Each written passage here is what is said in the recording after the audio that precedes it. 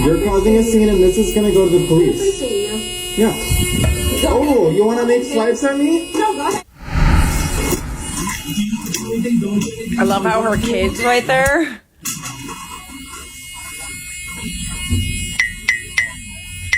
Here's the story time, and also kind of like an update. So me and my boyfriend were going to the gym in our building, which is on the rooftop. But I had left something in my car, so I had to go down to the first floor in the lobby and then go to my car to get my shoes out. That's what I left in my car. So we're waiting for the elevator, and we could already hear this lady even before we got into the elevator. As she was coming down, saying a bunch of and talking on the building. She's like, "Get this building is so old. I pay too much in rent for this stuff." And then the doors opened for us to get in, and I took a second to like even step in. And she looks at me and she was like, "Get in, mother. We're waiting on you," or whatever. And I'm like, oh Jesus. I originally thought this was like a joke. Like I didn't think she was like being serious. And then I get into the elevator and I can smell on her, and I see her daughter's like kind of hiding in the corner. And there's like 3 other ladies in the elevator with us. So we're going down to the lobby and she's just still saying stuff. I think she was like calling me names. I don't know. I was ignoring her the whole time. I wasn't saying anything to her. The elevator doors open to the lobby and she says to me, "Why are you looking at me like I'm all crazy?" And I looked at her and I said, "Because you are." And then I walked away. So I go to my car, I get my shoes, I walk back to the lobby to go up to the gym with my boyfriend, and I see the lady again in the lobby. She gets back in the elevator with us, and this time I start recording because I'm like, this is like ridiculous. She has her daughter with her. She has a can in her hand. She's talking to other people, being super rude, and other people were recording her too. So like I wasn't the only one that saw this. So we make it up to the 11th floor, which I think was her floor, and that's where things started to get a little bit crazier. She was like, "I don't know why you're recording me," trying to take pictures of me back and like recording me and getting in my face. And my boyfriend starts saying like, "I don't know what your problem is. Like, we're just trying to go up to the gym. We're just trying to work out." And she was like, "Blah, blah, blah. Like, I appreciate that, whatever, but blah, blah, blah." And I just said like, "We're going to send this to the police and you need to let us go." And then that's when she tried hitting my camera out of my hands and then struck me with her hand several times. For those saying that I didn't follow her and that I didn't call the police and wondering why I didn't, we did. And I have a clip of that too. She tried to hide from us on the 11th floor as I followed her around, so.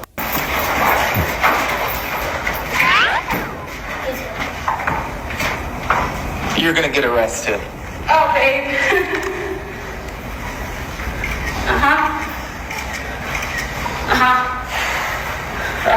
Call the police right now. Right now. Call the police. Mateo, call the police. She is attacked. So there you can see I followed her off the elevator and we called the police. After that whole thing was done, she got back in the elevator and went back down. And we took the stairs because we were like, I don't want to deal with it anymore. We were already calling the police and we already have her face and we know that she lives there, so we didn't need to deal with her anymore. So we wait like 20 minutes for the police to show up, and they show up and they take our reports. I contacted the property manager this morning. I showed everyone the video, and they're looking to evict her from the building. So that's yes. good. And everyone's saying like, sue her and press charges. I'm going to. So I will let you guys know what happens after that. So the thing is, I don't know who this lady is. So if anyone knows, let me know, because I want to speak to her as well. Oh me, oh my. I love how this child is just like just along for the ride. I'm assuming that's her child. Like, do you not know that acting this way with a child around you is like a surefire way to get that child just totally taken away from you? I'm concerned for that child. I am. If this is how she acts in public. This is a story about my mother. Yes, she's a mega Karen, and unfortunately, I've had to put up with her most of my life. This happened when I was a teenager, around 15. We went out for dinner at a small local restaurant that did all-you-can-eat buffets. I should mention that my mother has long, thick, curly hair, and she never ties it up. Important for later. We got out to dinner and sat down to eat, and all was going well. I was surprised at how well my mom was doing. By this point, she should have found something to complain about by now. And then it happened. She looked down at her plate and said, "OMG, look at this! There's a flipping hair in my food." Me. Mom, that's your hair. Ah, no, that's not my hair. The way she was talking was obviously dramatized for effect, and she was beginning to get louder and drawing attention from the other diners. She continued to cause a scene and get more irritating, drawing more attention to herself and inadvertently me. I wanted to sink into my chair from embarrassment. Not long after, she started to fake a tantrum. The waitress came over to see what the problem was. How's it going over here? What seems to be the problem? There's a hair in my food! Okay. Well then, what are you going to do about it? We deserve our meals for free. This is horrible customer service. I'm sorry you're not satisfied with your food. Would you like to speak to the chef? Yes, I think I would. I was confused at this point, not understanding why the waitress didn't seem to care, even though I knew my mom was lying, but it soon became clear why. A few minutes later, a man came out of the back of the store and walked right up to our table, and my mom's face went ghost white and her jaw dropped. The chef was bald. Not balding, but so bald that you could see your reflection on his shiny scalp. Hi there, how are things going this evening? What seems to be the problem? Well, there's hair in my food. I'm sorry to hear that, ma'am, but unless I have miraculously grown a full head of hair on my way to your table, as you can see, I'm bald. And as I am the only chef working tonight, that is clearly not my hair. Is that all for now? I need to get back to work. Without waiting for an answer, he turned and walked back to the kitchen, but not before I mouthed, sorry.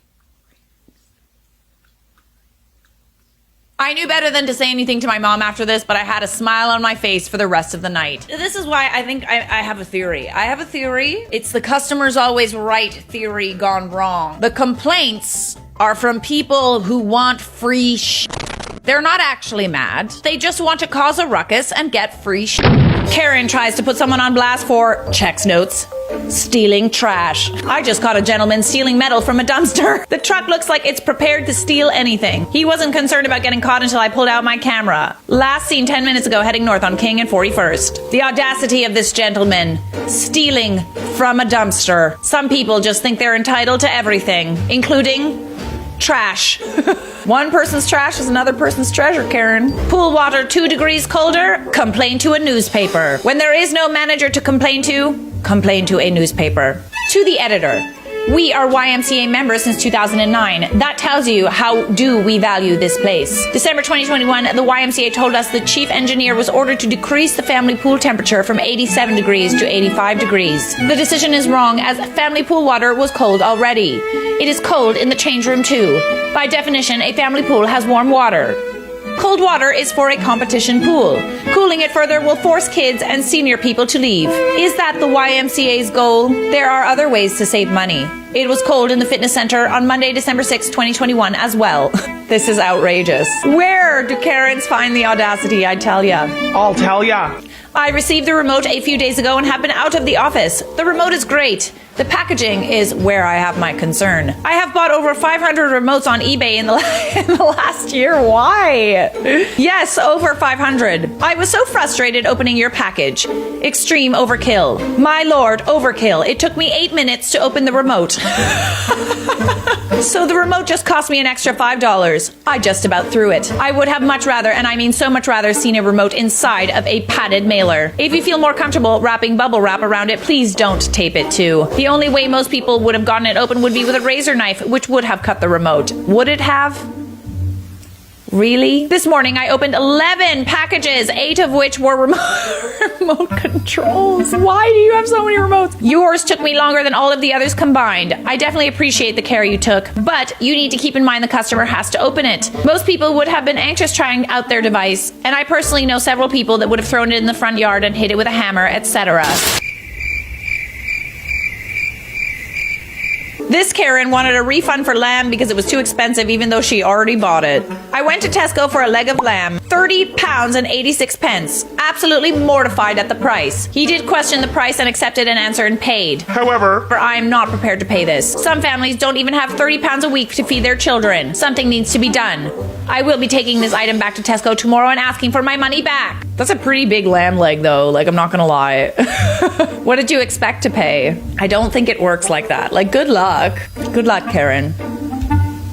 May the leg be with you. I think we we should discuss how things work in France if you become ill. My wife became ill while we were there for the first time. It was frightening not knowing how things work or what to do. I believe French pharmacies are different than the US and other countries as they play a much higher role in your medical treatment compared to the US. We were able to get home and it turned out to be food poisoning, but the whole experience was scary for me. Can you imagine your spouse is very sick? You're trying to explain their sickness to a pharmacist that does not speak or understand your language. He ended up giving us some medication for Parkinson's disease. See, the thing is, when you go to a foreign country, they usually, not always, but usually speak foreign languages. So be prepared to have to either learn or try to speak in a foreign language. Google Translate is your friend, Karen.